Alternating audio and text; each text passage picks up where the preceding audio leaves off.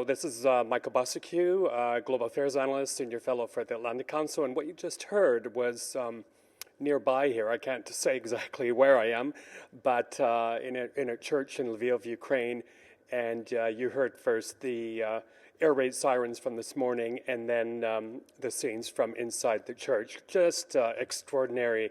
While the sirens were going on, churchgoers were in the church, almost oblivious to what was going outside, and clearly in the moment praying very hard, listening to the sermon by the priest, which it's the first Sunday in Lent here, according to the Julian calendar. And the priest was talking about how in these difficult times of war, it's very important that people carry icons around and keep them close, and also put them up in their homes, take advantage of holy water. It was a very empathetic, emotional sermon. You could hear everyone, you could see everyone was paying so close attention. It was really, I think, one of the most touching moments since I've arrived here in Ukraine. And of course, it was a very, very difficult morning. From the pre-dawn hours, air raid sirens were wailing here. Also not far away in Ivano-Frankivsk, because of barrage of Russian missiles fired from aircraft over the Black Sea and Azov Sea headed towards Yavorov, very northwest of here, very, very close to the Polish border, and hit a military base there where NATO troops were training for the longest time their counterparts in the Ukrainian armed forces. It was so close to the to the Polish border that it was felt by households on the Polish side. So the main point here has to be that this was an audacious act. This was careless, bold from the Russian Federation side, and it has to wake up the West. It has to wake up NATO, the European Union, in terms of the threat posed by the Kremlin. The other thing, of course, this indicates to everyone here, all of those people you saw in church today, everyone I've spoken to today, that the war is finally coming closer to Lviv. This is, after all, a rich cultural center, holds a prime place in Ukrainian history, birthplace of Ukrainian nationalism. And also today, it's a hub, safe haven for many internally displaced people.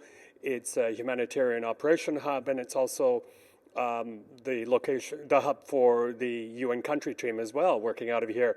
So the strikes are becoming more frequent, they're becoming stronger, and they're becoming closer. So I think you're going to see a lot of people kind of reevaluating their stay here, perhaps deciding to move on either elsewhere in the country, although options are becoming more limited, or moving outside of the country and joining that huge crush of millions of Ukrainians seeking safe shelter overseas. But once again, I can't overestimate enough how the West has to wake up to the immediate threat posed by the Russian Federation. I have said before on CNN and elsewhere that I don't believe Mr. Putin will stop at Ukraine's borders. I think he is looking to, over the medium to long term, to redraw the map of the security infrastructure of Europe.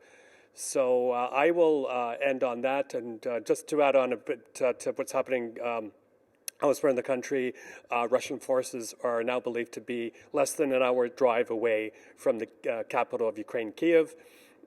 There's been very heavy shelling and violence in Irpin, a Kyiv suburb, where an American journalist associated with the New York Times died there today after being shot in the neck.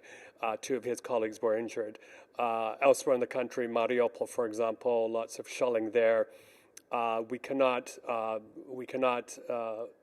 not mention the incredible toll being felt now, being experienced by Ukrainian men, women, and children, but especially women and children. What we normally regard as safe havens for children and women, whether it be a maternity hospital, kindergarten, playground, school, even a monastery in Donetsk was hit, a historic monastery. Nothing is off.